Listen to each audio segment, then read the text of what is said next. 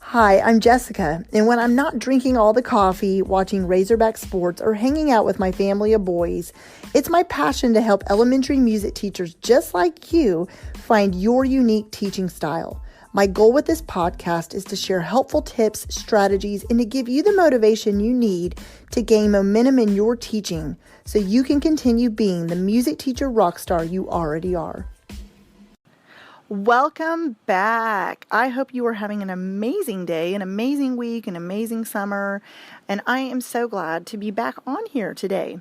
I want to talk today about how you can feel successful teaching elementary music. Maybe you are brand new to teaching music, or maybe you have been teaching elementary music for a while, but you're still falling into the comparison trap, or maybe you just feel like all the things you learned in college are great, but you find that once you got into your own classroom, there's a lot you're having to learn as you go. And let me tell you right now, I completely relate to every single one of those scenarios that I just said. And I feel like a lot of what we learn in college is I feel like this goes for a lot of careers. You learn a lot, but it's not until you get into the classroom and actually start doing it that you realize, man, I really wish they had taught me this, or I really wish they had focused more on this. And you realize how much you really need to keep growing and, finding professional development that makes you keep growing as a teacher.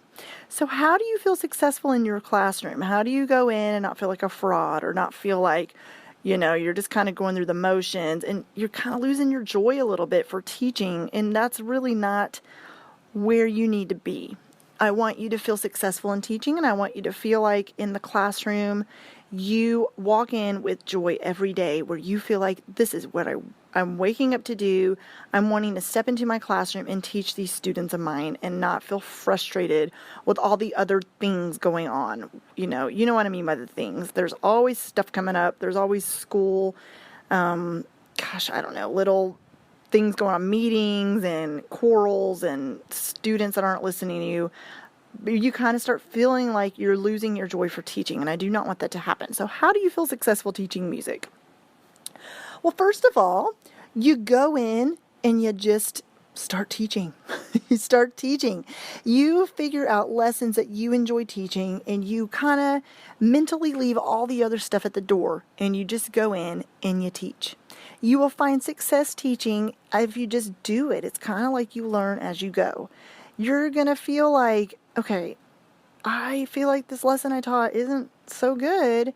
And then you're going to go in, and then the next day you're going to figure it out. You'll change it up. The next year, it'll get better. The next year after that, it'll get better. Every day will get better. Days, weeks, years, and then pretty soon you're going to wake up one day and be teaching 30 years and be like, wow, how the heck did I do that? So the first way to find success teaching music is, like I said, is just to teach. That is your main priority. All the other stuff going on in your school, there's going to be so many things that go into behind the scenes of a school that parents do not really understand. But just your main priority is to teach. If you have to tell someone, no, I can't make it to that meeting because I need to focus on my classroom, or no, I don't really want you interrupting my music class because I need to teach, then do that.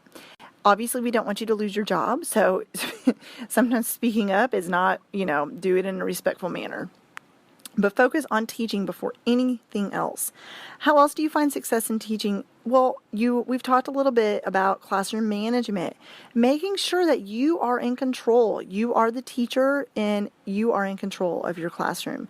The students should know that. They need to know the rules and the expectations you have in place so that when you are in there, you are the teacher. You're the role model. They know what's going to happen if they, if they're talking out of place, if they didn't put their instrument away the correct way. There is always a classroom, a procedure in place for everything in your classroom. You are managing your classroom well. And I don't like using, I don't want to make like you're a manager of your class. It's not how I'm trying to come across. You need to be loving to your students and that they know they can trust you and they listen to you and they respect you. But you are in charge. You're in control in a respectful way, of course. But your classroom management system needs to be in place. That's a huge part of finding success in teaching elementary music. So another part is putting things on the calendar way ahead of time. If you have programs coming up for the next school year, putting them on the calendar the year beforehand, like in May of, let's say your school, it goes to August, from August to May, you put them on the calendar in May. And so when August comes, you already have everything on the calendar, and then you know when you need to let parents know, what your programs are, when you need to start teaching the programs to your students, and then you'll be able to kind of prepare ahead of time. If you need to write any speaking parts, whatever needs to happen, really preparing all that ahead of time really does help. So those 3 tips, I know I went really, really fast. Make sure you teach above anything else. There's going to be so many things thrown at you in any day at school, but making sure teaching is your main priority. Lesson planning goes into that too, making sure you're prepared to teach also.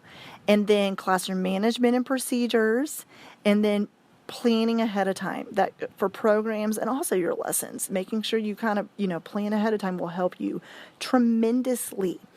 All right, you guys, I will be on here soon with another episode. This one was short, sweet, to the point, and I hope you're having an amazing week. I'll talk to you soon. Bye. Thank you so much for listening in to the Elementary Music Teacher Podcast. Be sure to subscribe to the podcast so you never miss an episode. And while you're there, I would love for you to review the show and leave a rating on iTunes. To find out more about how I can help you gain momentum in your elementary music teaching career, head to thedomesticmusician.com, where you'll find free downloads, courses, the blog, and so much more. Continue teaching music and never doubt the impact you're making each and every day in the lives of your students.